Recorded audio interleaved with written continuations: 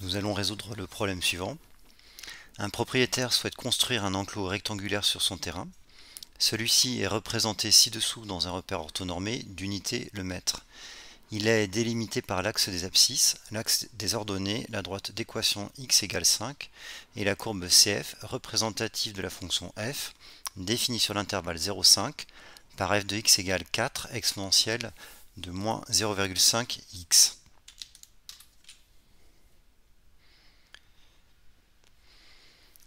L'enclos est représenté par le rectangle OABC où O est l'origine du repère et B un point de la courbe CF, A et C étant respectivement sur l'axe des abscisses et l'axe des ordonnées. On note X l'abscisse du point A et D le point de coordonnées 5, 0. Le but de l'exercice est de déterminer la position du point A sur le segment OD permettant d'obtenir un enclos de superficie maximale. On peut représenter la situation de l'enclos pour différentes positions du point A. Par exemple, on va en représenter deux.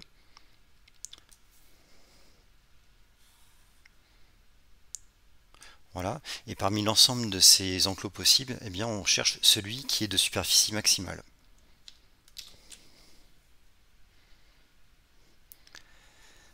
Alors, première question, justifier que la superficie de l'enclos en mètres carrés est donnée en fonction de x par l'expression g de x égale 4x exponentielle de moins 0,5x pour x dans l'intervalle 0,5.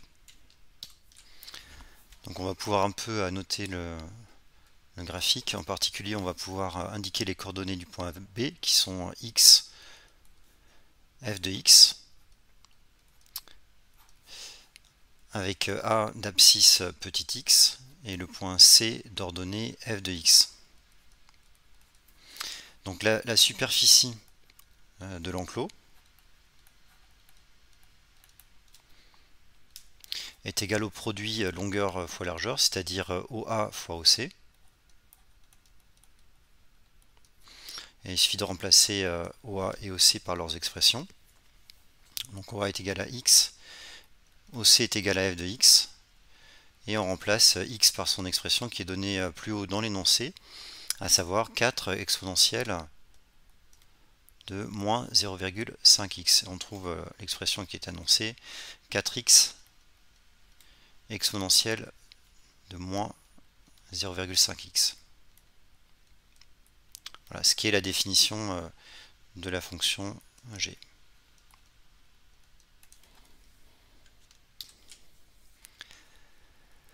Deuxième question, la fonction g est dérivable sur 0,5, donc ça c'est une affirmation.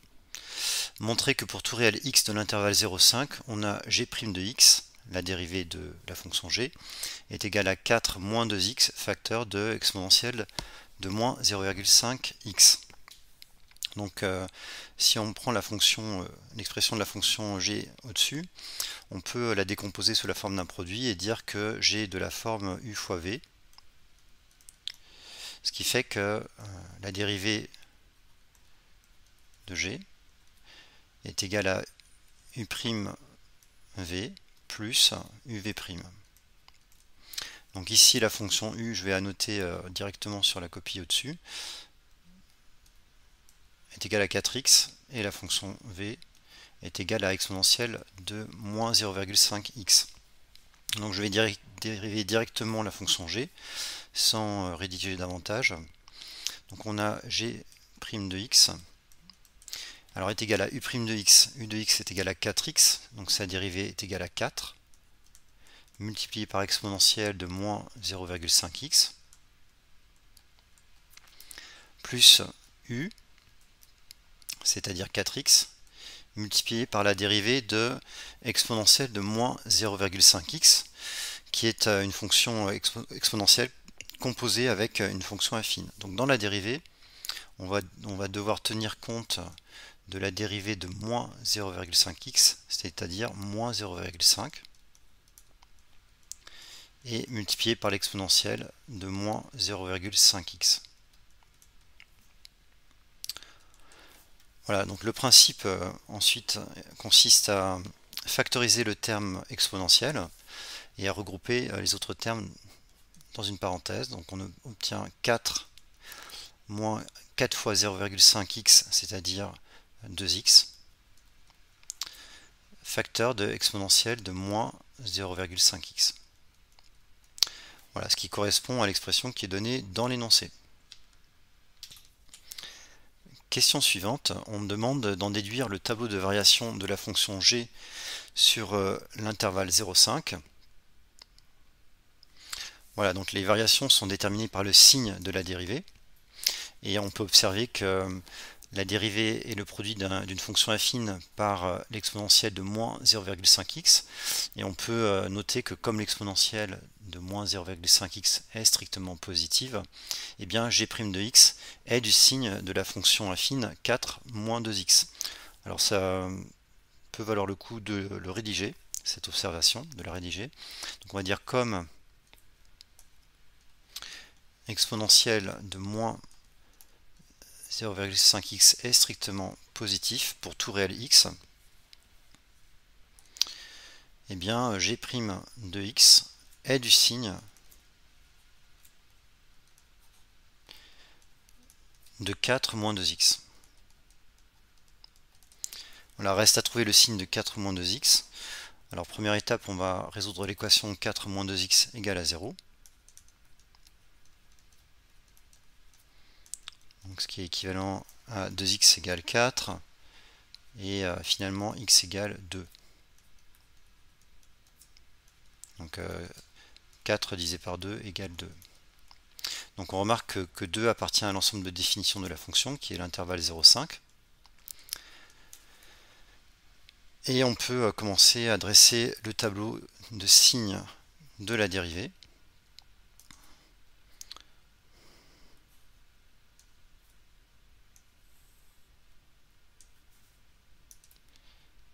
Donc sur la première ligne, on indique le nombre de la variable, l'intervalle 0,5, on fait figurer la racine de la fonction affine, 2. Sur la deuxième ligne, on indique le signe de la dérivée, qui est le signe de la fonction affine. Donc ça, c'est le signe de la dérivée, g' de x. Donc on va avoir une séparation pour la racine qui est 2. Donc on met un 0. Et on regarde le signe du coefficient directeur de la fonction affine, qui est moins 2. Donc on va avoir moins à droite du 0 et plus à gauche. Donc la justification de cette ligne, c'est car moins 2 est strictement négatif. Sur la ligne suivante, on va pouvoir indiquer les variations de la fonction g. Donc comme quand sa dérivée est strictement positive, eh bien la fonction g est strictement croissante. Quand la dérivée est négative, la fonction g est strictement décroissante. Donc voilà pour le tableau de variation de la fonction g. On remarque que la dérivée s'annule en deux en changeant de signe, ce qui entraîne que la fonction g a un extrémum qui est ici un maximum en x égale 2. Donc en toute rigueur, il faudrait calculer les images de 0 et de 5. Donc on ne va pas le faire, on va aller directement à la question 4 où on nous demandera la valeur du maximum en lui-même. Donc question 4, où doit-on placer le point A sur l'intervalle, sur le segment plutôt OD, pour obtenir une superficie d'enclos maximale et ensuite donner la superficie maximale possible en arrondissant le résultat au décimètre carré près. Alors pour la rédaction, on peut dire que donc d'après le tableau de variation,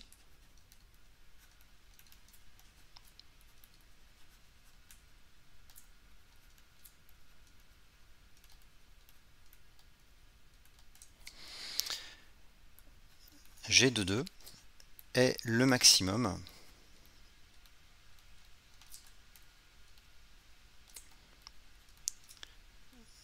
de g sur l'intervalle 0,5.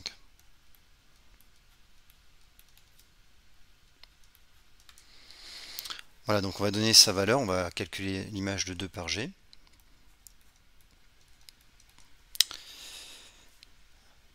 Alors je vous rappelle que g de x est égal à 4x exponentielle moins 0,5x. Donc on va avoir g de 2 est égal à 4 fois 2 fois exponentielle de moins 0,2 fois 0,5 fois 2,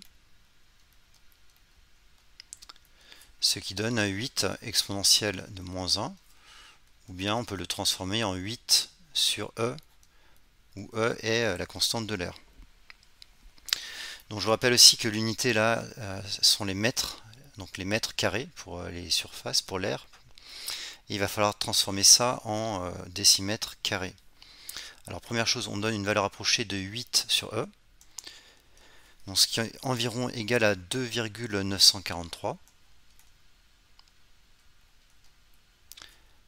Alors ici ce sont des mètres carrés, et si on l'exprime en décimètres carrés, donc 1 décimètre est égal à 0,1 mètre, donc 1 décimètre carré est égal à 0,01 mètre carré. Donc c'est équivalent aussi à dire que on obtient 294 décimètres carrés. Voilà, et comme on avait un 3 comme chiffre supplémentaire, on peut arrondir à l'unité à 294 décimètres carrés. Donc là, pour la valeur approchée en décimètres carrés, on peut dire approchée à l'unité près.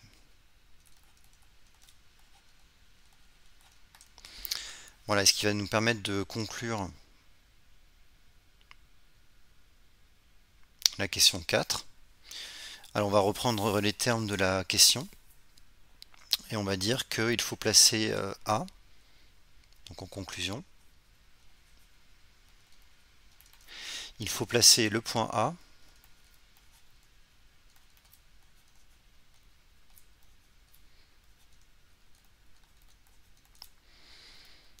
donc sur le segment OD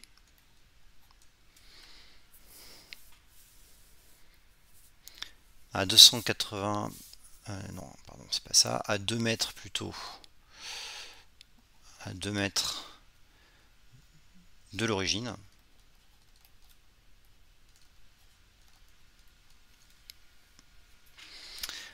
Pour obtenir une superficie maximale, d'enclos maximal.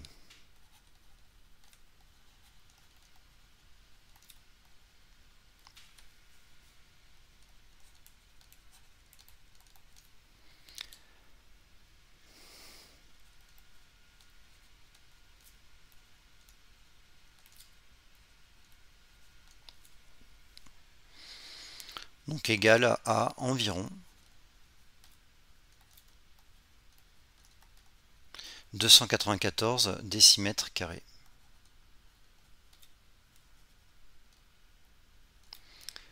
Donc ça, encore une fois, c'est arrondi à l'unité près.